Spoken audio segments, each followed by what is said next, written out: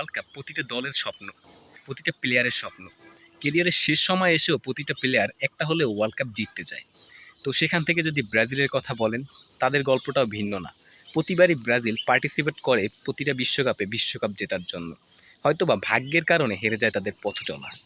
তবে 2026 বিশ্বকাপে ব্রাজিলের সেই সম্ভাবনা কতটুকু? ব্রাজিলের এই দল নিয়ে ব্রাজিল কতদূর যেতে পারে এবং কোন কোন দল হবে ব্রাজিলের পথের কাঁটা, তাদের উতরে যেতে পারলেই সেলেসাওদের হেক্সা মিশন পূর্ণ হবে। তো এসব বিষয় নিয়ে আলোচনা করব আজকের ভিডিওতে।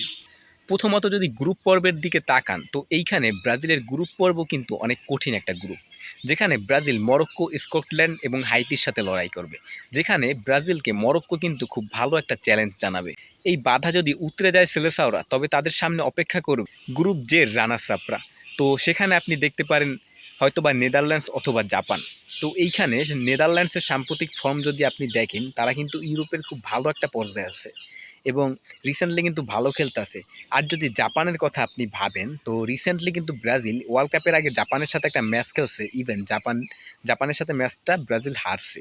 তো এইখানে কিন্তু শেষ যে 32, এইখানে কিন্তু ব্রাজিলের কিন্তু সহজ প্রতিপক্ষ হবে না। তো এখানে কিন্তু ব্রাজিলকে ভালো একটা পরীক্ষা দিতে হবে। তো এই বাধাও আশা করি ব্রাজিল উতরে যাবে। তো এই বাধা যদি উতরে যায়, তাহলে শেষ 16 কিন্তু ব্রাজিলের দেখা হবে ইংল্যান্ড অথবা নরওয়ের মতো দলের সাথে। তো ইংল্যান্ডকে নিয়ে নতুন করে বলার কিছুই নাই। জুড বেলিংহ্যাম, হ্যারি কেনের মতো প্লেয়ার আছে এই দলে। তো এই দল কিন্তু মোটেও দুর্বল নয়।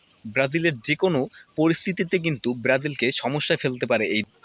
এবং ইংল্যান্ড কিন্তু বিশ্বকাপে প্রতিবারই হট ফেভারিট হয়ে আসে। এবং ইংল্যান্ডের বর্তমান যা পারফরমেন্স, তাতে ব্রাজিল ইংল্যান্ডকে হালকা করে নিলে চলবে না। ইভেন ব্রাজিলের খুব ভালো একটা ফাইটিং হবে ইংল্যান্ডের সাথে। আর যদি আপনি বলেন নরওয়ের কথা, আর্লিং হ্যালান্ডের দল নরওয়ে। তো নরওয়ের কিন্তু সাম্প্রতিক পারফরমেন্স কিন্তু খুবই ভালো। ইভেন তারা রিসেন্টলি মরক্কোর সাথে একটা ম্যাচ খেলছে, ম্যাচটা ড্র হয়েছে, কিন্তু বল পজিশনে কিন্তু নরওয়ে খুব আগাই ছিল। তো তাদের হাই প্রেসিং একটা ফুটবল। তো এইখানে কিন্তু ব্রাজিলের ভালো একটা চাপে রাখবে নরওয়ে। তো দেখা যাক এই বাধা যদি সেলেসাওরা উতরে যেতে পারে, তাহলে সেমিফাইনালে কিন্তু ব্রাজিলের সামনে পড়বে আর্জেন্টিনা অথবা পর্তুগাল। তো আপনি ভাবেন বিশ্বকাপে ডিফেন্ডিং চ্যাম্পিয়ন আর্জেন্টিনার বিপক্ষে আপনি খেলছেন, যেখানে লিওনেল মেসি থাকবে আপনার প্রতিপক্ষ। তো সেই ম্যাচটা কিন্তু মোটেও সহজ হবে না। আর যদি আপনি পর্তুগালের কথা ভাবেন, পর্তুগাল কিন্তু বর্তমান সম্প্রতি সময় কিন্তু তারা ভালো খেলতেছে। ইভেন ক্রিস্টিয়ানো রোনালদো ভালো ফর্মে আছেন, ইভেন তাদের অনেক ভালো ভালো ফুটবলার আছে। এই ম্যাচগুলো কিন্তু ব্রাজিলের জন্য মোটেও সহজ হবে না। হ্যাঁ, এই দলগুলো কিন্তু ব্রাজিলের খুব কঠিন করে পরীক্ষা নেবে। এই পরীক্ষা যদি ব্রাজিল উতরে যেতে পারে, হ্যাঁ, কোনোভাবে, এখন যে ভাই শিওর যে প্রতিটা ম্যাচই ব্রাজিল জিতবে আমি এইটা বলতাছি না। ইভেন আমি অ্যাজ এ সাপোর্টার হিসেবে আমি আমার মন থেকে বলতাছি যে যদি ব্রাজিল এই ম্যাচগুলো জিতে, তাহলে ফাইনালে তার দেখা হবে কার সাথে? ফ্রান্স অথবা স্পেনের সাথে।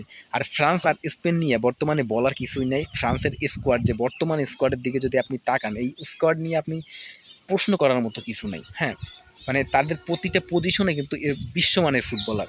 তো এইখানে আর যদি স্পেনের কথা বলেন, স্পেনেরও কিন্তু সেম।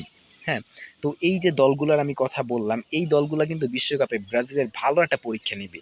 এই বাধা বিপত্তিগুলোয় যদি উদ্রেই ব্রাজিল যাইতে পারে, তাহলেই ব্রাজিলের সেই স্বপ্নের সেই মাহেন্দ্রক্ষণ, 24 বছরের সেই অপেক্ষা ভুলে ব্রাজিল কিন্তু মিশন হেক্সা পূরণ করবে। যদিও যাত্রাটা আমি যতটা সহজে বললাম, এতটা সহজ হবে না। এর জন্য ব্রাজিল অনেক কাঠখড় পুড়তে হবে, তারপরেই তাদের সেই স্বপ্নটা পূরণ হবে। তো দেখা যাক 2026 ওয়ার্ল্ড কাপে ব্রাজিল তাদের স্বপ্ন পূরণ করতে পারে কিনা।